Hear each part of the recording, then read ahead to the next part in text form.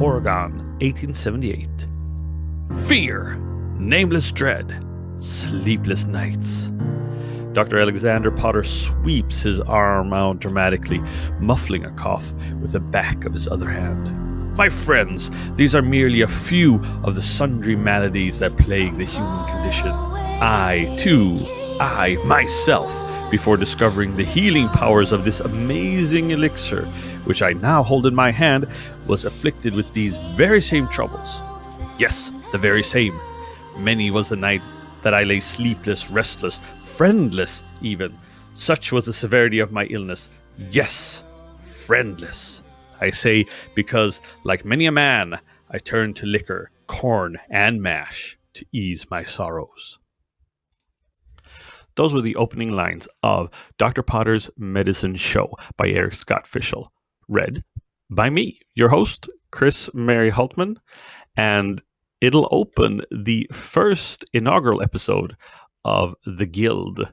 The Guild is the podcast for the Writers, Artists, and Readers Guild, a vehicle for culturally interested people to say their piece, be it by providing music, reviews, or stories of any kind. If you'd be interested in writing for the Guild or being part of it, having your voice heard through the Guild, that contact information will be at the end of the show. Now, I thought it'd be interesting. This idea first came about when I wanted to interview Eric Scott Fischl after reading and reviewing his book. And I thought, well, instead of maybe talking over the internet or chatting or writing a lengthy questionnaire for any authors, which we've done before, I'd like to talk to him in person. And I've always been interested in podcasting one way or another. And I thought that this would be a great way to start it, kind of force it through. Now, maybe the equipment isn't the best, the sound isn't the best, but I hope you'll enjoy it. And, well, let's go on with the podcast show. There we go. Hello, Eric Scott Fischl. Welcome to... Hi, good morning. Welcome to what we call the Guild here, actually. It's a kind of a conglomerate of different writers and artists that try to, deal in their interests and kind of put their stuff out there. Right now, I'm kind of flying solo because a lot of my buddies are working on different projects. So I'm kind of doing the whole thing myself, but hopefully I'll get some more people in there eventually again. Cool. Well, thanks for having me on. Yes. Must say that I really enjoyed your debut novel. It was I read a lot of books, obviously, because that's kind of what I do, and I'm also a literary scholar from the beginning before I went into teaching, which is what I do now. And I must say that it was one of the best works of fiction that I've read in a long time. Yeah, well, thank you very much. I appreciate that.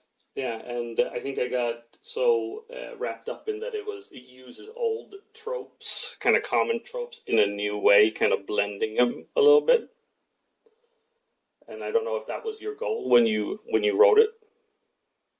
I don't know that I had tropes particularly in the front of my mind, but I mean, we're all steeped in that kind of thing. So I think oftentimes you get going on something and you realize after the fact that, oh, this is something I've absorbed through X, Y, or Z. So I don't think it was a deliberate, I want to take a particular type of idea and twist it, as opposed to, hey, this is a setting that I like, and this is a story that I like, and these are some things that I'm thinking about. And then kind of midstream realizing, oh yeah, if you go back and pick it apart, you can kind of see where some of these ideas have, seeped into someone who just reads a lot and sees movies and all that kind of stuff, and just Western tradition type of thing.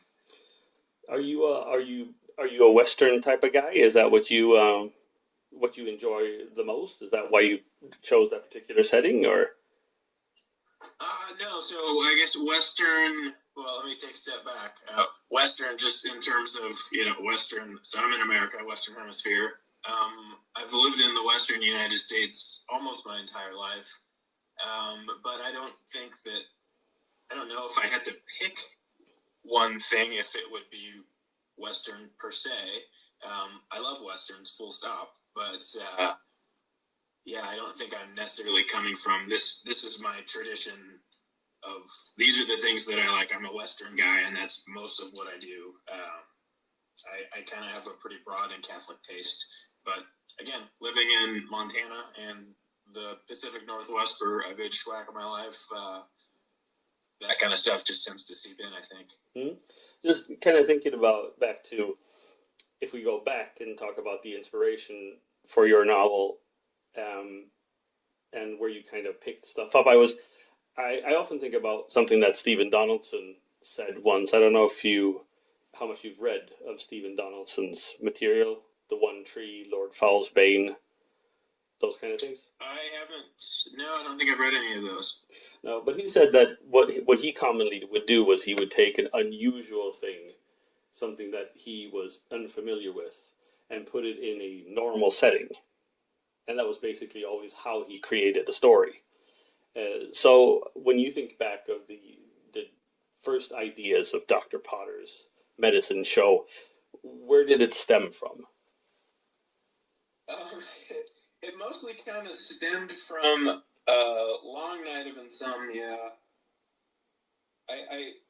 So I've had to describe this before to some people, and I don't know that it was necessarily, this is an idea that came to me and I needed to write a book about it. It was more, I felt it was time to, okay, for want of a better term, let's shit or get off the pot when it comes to, let's write something and send it out and try to get it published, all that kind of thing. So I spent an evening, a long insomnia coming up with several ideas, and then I kind of deciding on, okay, this is the one that intrigues me the most, and then moving forward with it. Most of those ideas had a kind of similar to what you just quoted, where I like the idea of taking some type of historical setting. I'm not a history nerd. Taking some kind of historical setting and then twisting it somehow. So in the case of Dr. Potter, a medicine show, and then alchemy is kind of the twist in that. I really like smashing three things together and being able to kind of play them off each other. It's not an alchemy store because there's all this Western and medicine show type of stuff. It's not necessarily history because it has all this alchemy and supernaturally stuff. So I think you get it's fun to have those kind of things to push and play off of one another. Actually, it reminded me a little bit of the way Richard Brodigan worked with like the Hawkline monster, which is kind of like a gothic Western. It's like a Western, traditional Western, with like these two lone cowboys, and then like this monster thrown into the setting. And I like that kind of juxtaposition in a story. You know, you smash two interesting things and put them together, see what happens at the end. Yeah, definitely. That's a perfect example. And he was an absolute lunatic. So that book is kind of the kind of thing you could see coming out of his whiskey-soaked mind. So that's a great example. Mm-hmm. When you like, oftentimes, I mean, people talk about writing what you know. You're talking about living in the Western Hemisphere, you know, that kind of stuff, and being a history buff. And it seems like you're very interested into alchemy, or you have an interest in that aspect. Was that your goal to have that be a part of everything when you worked on the novel? You know, I think I don't know if it was necessarily alchemy that was the first. I mean, so I should probably take a step back, and I'm a terrible outliner. So a lot of, you know, where I started and where I wound up were pretty different. So I don't know. There was always let's have a medicine show with something twisted and weird and horrible. I think it took me a couple, not full revisions, but a couple revisions in my head of where I think the idea was going to really think like, oh, okay, alchemy, this will be cool. So yeah, I don't. What am I trying to say here? It wasn't so much that I had narrowed it down to alchemy, and that was going to be the impetus, as opposed to something weird.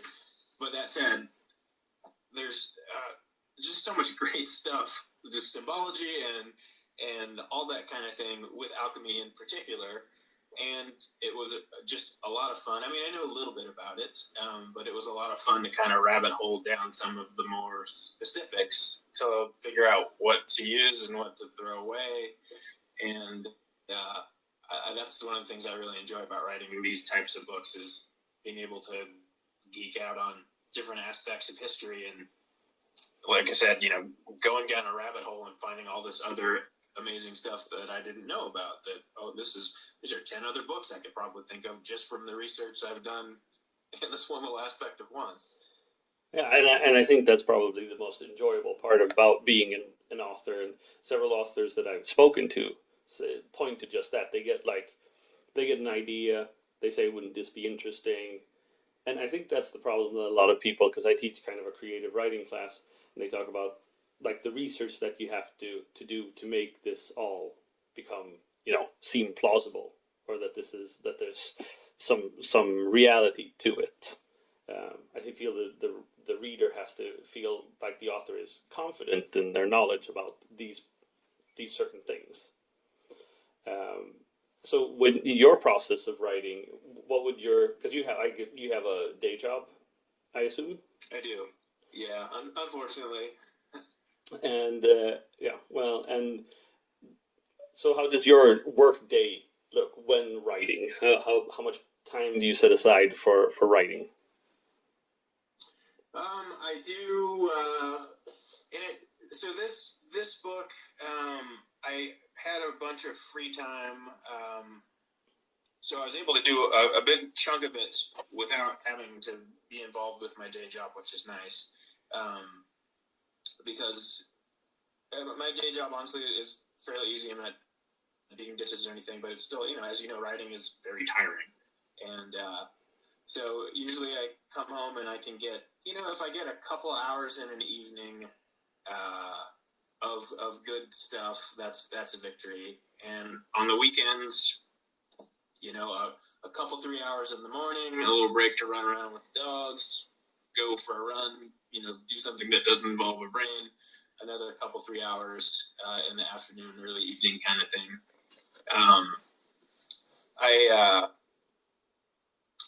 I think I write fairly quickly, but also I tend to revise and draft somewhat excessively. Or it's not excessive, it's to the, everyone has their own amount that they need, and I need a lot of it. Yeah, so, and maybe I'm sprawling too much on the question, but like I kind of said before, I'm not really an outliner per se. I spent a lot of time just thinking through where I thought the story was going to go before I even started to write. Get a draft down, print it out on paper, and get a red pen out, chop through that, and then rinse and repeat as nauseum, or ad nauseum rather. So yeah, and fitting that in a couple 3 hours here and there over the rest of my normal life. And I'm definitely one of those people that I need to keep momentum on a project, so it's 7 days a week, barring a day here and there, until I'm done with the draft, and then I'll let my brain sit for a few days. But if I'm not actually working on it every night, I start getting a little jittery. Are you the kind of person, because I'm personally that kind of person, that if I don't get to have that creative outlet, I'll start taking it out on something else. The way I kind of like make up stories when speaking to acquaintances. Is it like that creative storytelling? Is that a need for you? I don't know. It's necessarily the telling of stories is a need. I need to be doing something creative though, or I do get kind of jittery. So if I'm not writing, I'm cooking, or I've got a background background in music. I don't play music much anymore, but that was always a thing. And honestly, sometimes being creative can just be going for a walk in the woods and just letting the mind tune out and tell stories to yourself. But yeah, I think like most creative people, you kind of need to have your hands in it most of the time, or you start feeling a little squirrely. Mm-hmm. Did you feel like on this project that, I mean, you immersed yourself, or you investigated alchemy and things like that? Did you immerse yourself in different ways? Because some writers will have like certain playlists that they'll listen to. They'll have a Pinterest account where they'll just like collect images that they need to refer to. Did you watch Carnival on the HBO show to get inspiration? Do you do that kind of stuff? Do you completely sequester yourself in that world? Not really.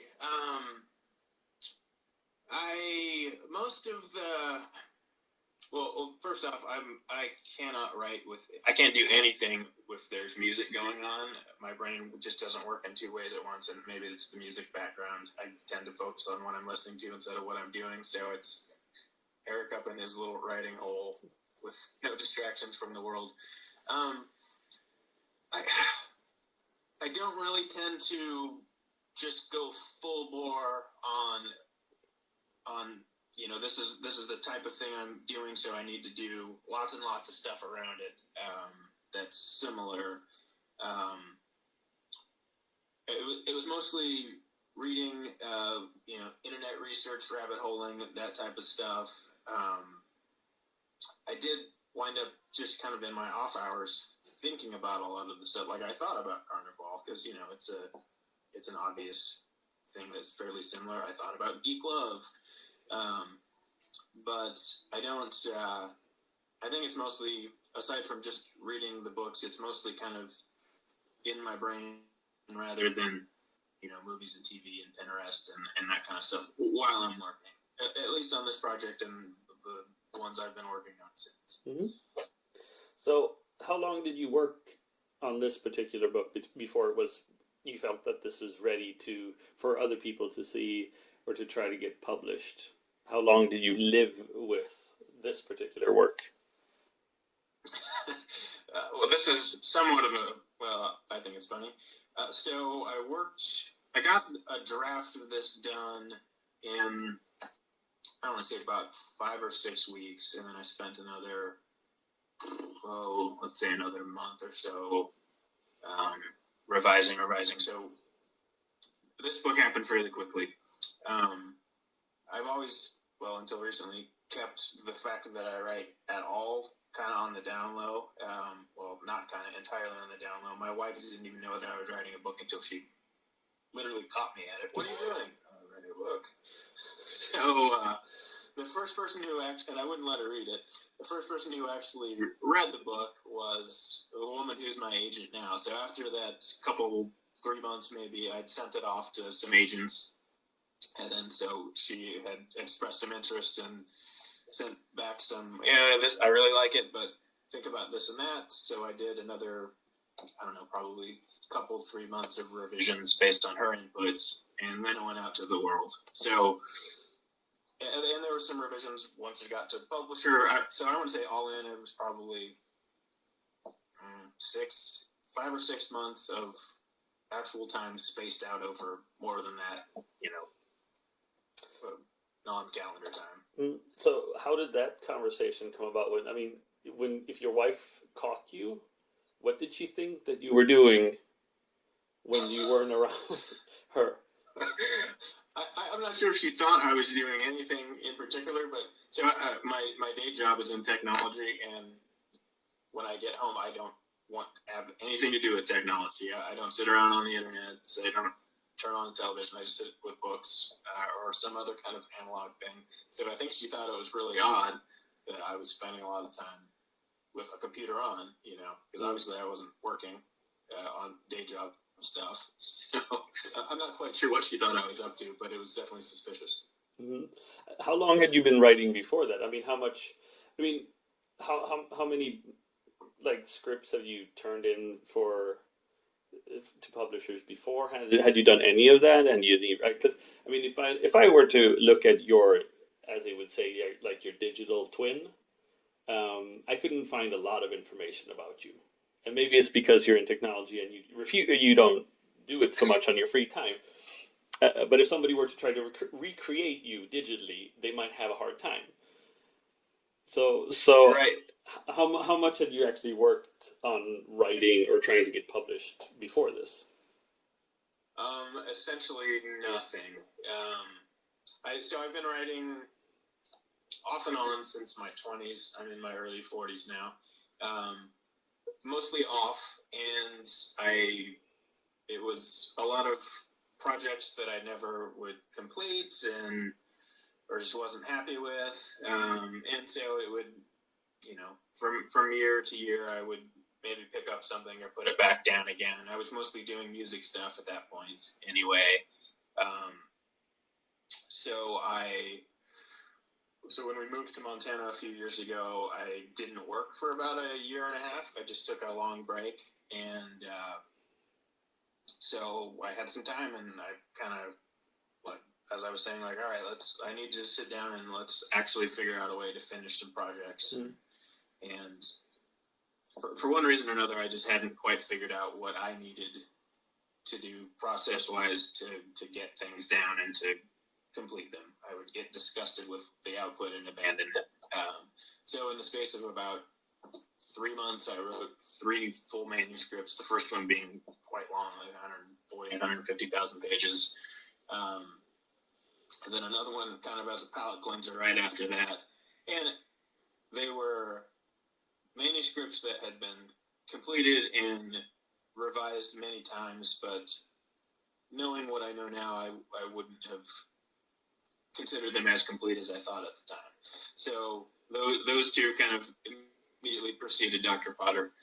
The first one I sent out just half-heartedly to a handful of agents. Heartedly, it was incredibly half-heartedly. I didn't take the time to do my research on the submission process and all that kind of all the stupid mistakes that a lazy first-time author would make.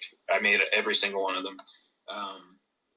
So really, Dr. Potter was the first one that I kind of said, okay, let's do this correctly. Let's really research agents that it should go out to. Let's really hone the query letter, all that type of stuff. And maybe, again, it's being in technology, but I didn't do any social media stuff at all. Not on Facebook, Twitter, any of that kind of stuff. Didn't do blogs. Not for any kind of inherent paranoia or anything, but it's just not kind of my things. So part of all right, let's try to get this publishing thing done correctly bit was diving into social media and my wife talking me off the panicky ledge because it makes me jittery being out there in the world like that. So yeah, my digital twin is quite young. He's only a couple years old, I guess, by now. Mm-hmm. And Angry Robot. I guess, I don't know, maybe in up and coming publishers. I mean, they do have a lot of books out there. How did you come in contact with them? And I'm guessing you're happy with them because of your being published. They are great. I read. I want to say I read one of Wes Chu's books several years ago. So they've. How long have they been around? 2008, 2006, something like that. As their own imprint. Mm. I read one of Wes's books quite a while ago, and at the time I was like, this is the book itself is quite good, and the cover design and all that kind of stuff was just done really well. And so when Jenny, my agent, was sending some stuff out to various editors, and they expressed interest, the first thing was like, oh yeah, I remember these guys. They've got very well designed covers. And from what I've heard since from other author friends, I had a couple people that I knew that had books with them already. They just really liked the experience they're very good with particularly debut authors at getting the word out, helping us along on the things that we need, whether that's publicity type stuff or, just getting the word out in general. Phil, the editor who first picked the book up, is a very interesting guy, very sharp. I think our reading styles or tastes overlap quite a bit, which was good. So far the experience has been fantastic with them. I would highly recommend them to any author, particularly new up-and-coming authors, I guess. Mm-hmm. Yeah, I think it feels like, or it seems to me, that I'm seeing and hearing more from Angry Robot in the last few years. Actually, their presence seems to have grown somehow. I hear about them more and more often, and that's saying something. I mean, I live in Europe currently, and I mean I believe that where they're based. Yeah, they're in the UK. Mm-hmm. And here Nottingham. Here in Northern Europe, in Scandinavia, where I live, they don't. I mean, those kind of books don't generally get spread as much, unless you have of them from the beginning.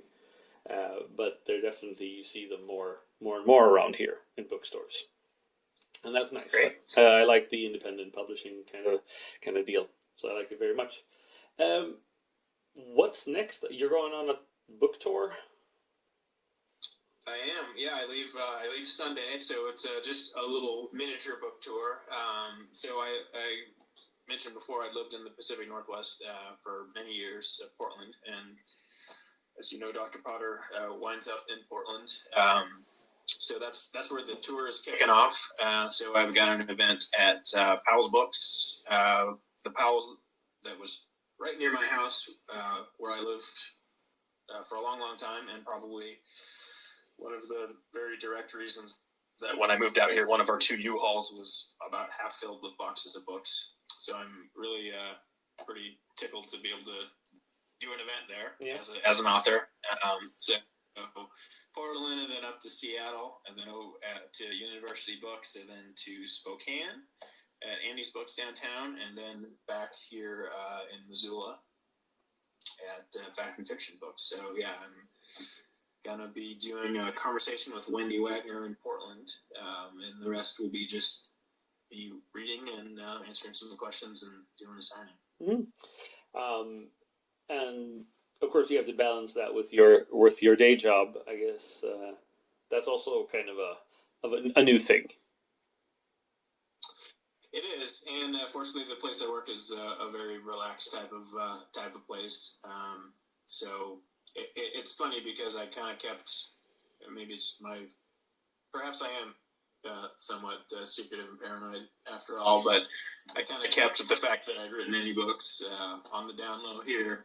But word has leaked out in the last couple weeks, so got people coming and bothering me to sign some books here in my office, which has been a fun experience. Mm. Well, I mean, I think that chalk it down to Angry Books. Well, their I guess their ability to get the word out. Maybe that's how people have noticed it. Yeah, that certainly helps. And here in the U.S., they distribute through Penguin Random House, so they have it's nice. It's a nice blend of a small publisher that can reach a lot of people because they have a massive conglomerate as a distributor. So even here in small town Montana, if you stroll into a Barnes and Noble, you see a whole bunch of Angry Robot titles, which is neat. Yeah. Absolutely, and I think they do a lot of good work. They put out a big variety, and I think that's what's kind of fresh with them. And I saw that you have another book coming out in November. I do. A sequel? Is it a sequel? Yeah, so it's it's related to Dr. Potter in that there are a couple of characters in both. It's not a sequel, and it's a very different kind of story. honestly, I wrote it not as a sequel, originally to kind of hedge my bets when Dr. Potter was out trying to be sold, in case it didn't get sold. And also, I just really liked the story. So it's another historical, speculative historical fiction. It's set in Butte, Montana, and around the turn of the 20th century. So Butte was a huge mining boom town. Actually, the second city in the entire world to have electric lights after Paris, France. So it was your kind of classic boom town, full of vice and people making money hand over fist. It was also a big kind of a ground for the labor movement here in the U.S., the IWW and whatnot.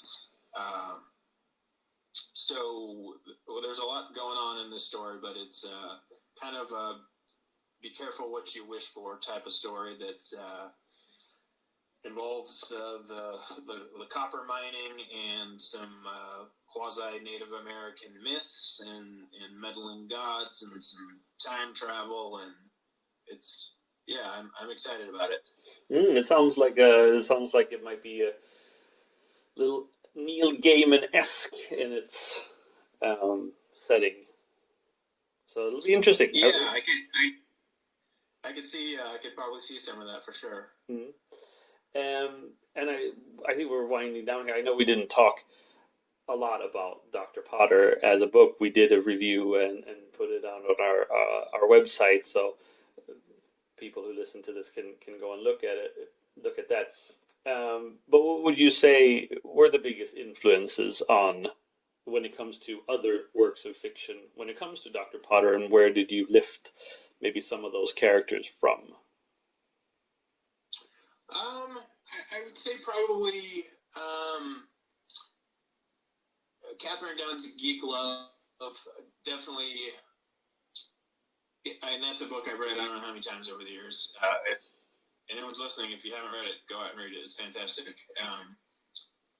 That vibe of twisted, broken type of people trying to do good even though they're beat down. I think a lot of that was absorbed through the skin of my brain from Geek Club in particular.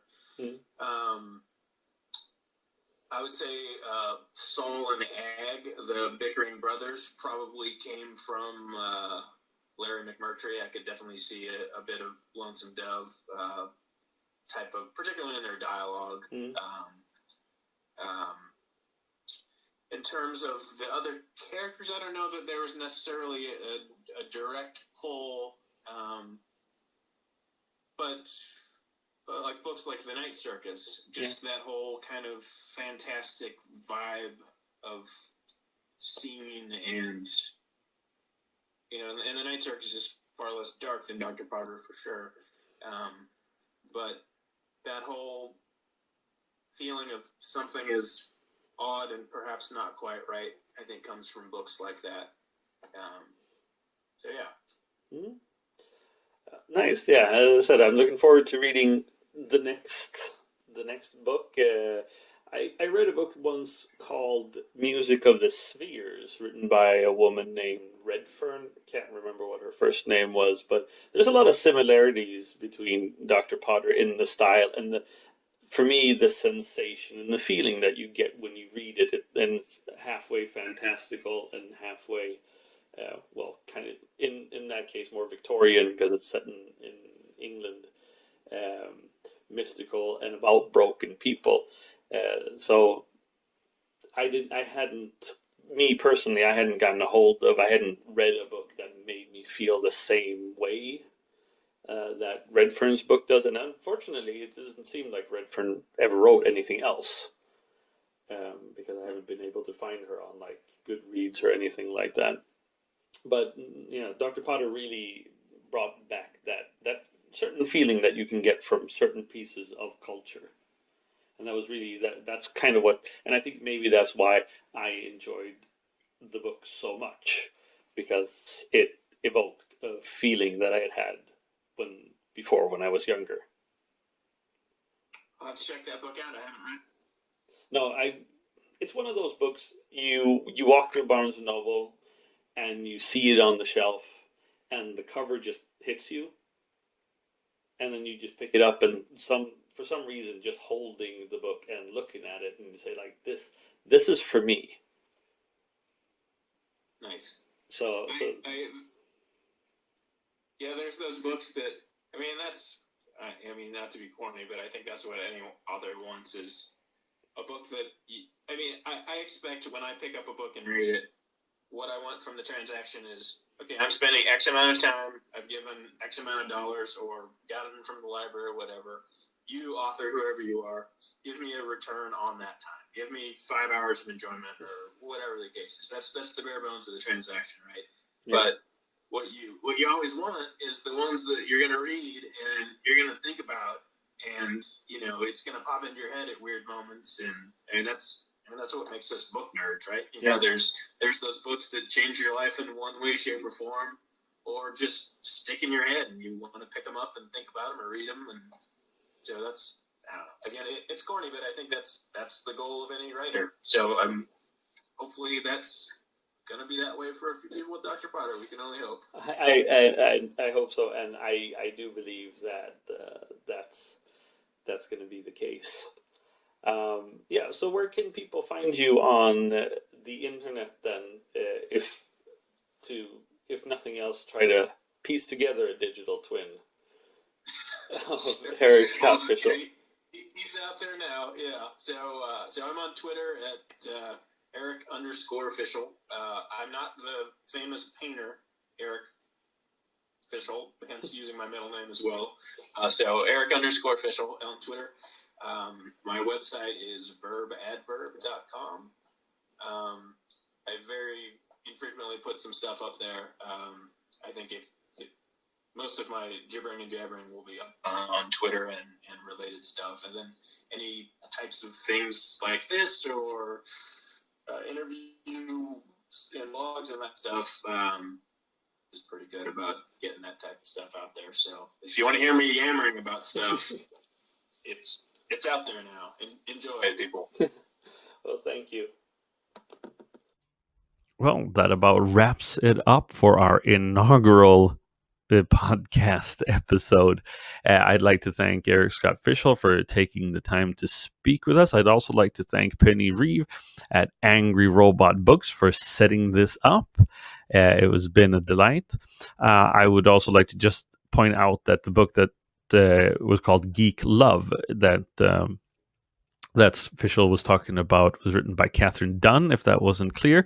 And the book that I was talking about, Music of the Spheres, was written by Elizabeth Redfern. And as I point out during our interview, I haven't actually found much else that she's written, but I would recommend that you go out of your way to try to find Music of the Spheres and also Geek Love. Well, that's going to wrap it up for me. Thanks for listening. If you'd want to be part of the guild, please contact us through Twitter at STOUGHE. You can follow us on Facebook as well, Writers, Artists, Readers Guild. And the URL for our homepage or our blog will be in the show notes. Don't forget to pick up Eric Scott Fischl's debut novel, Dr. Petter's Medicine Show.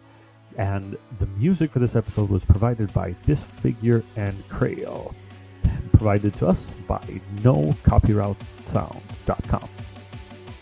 Goodbye.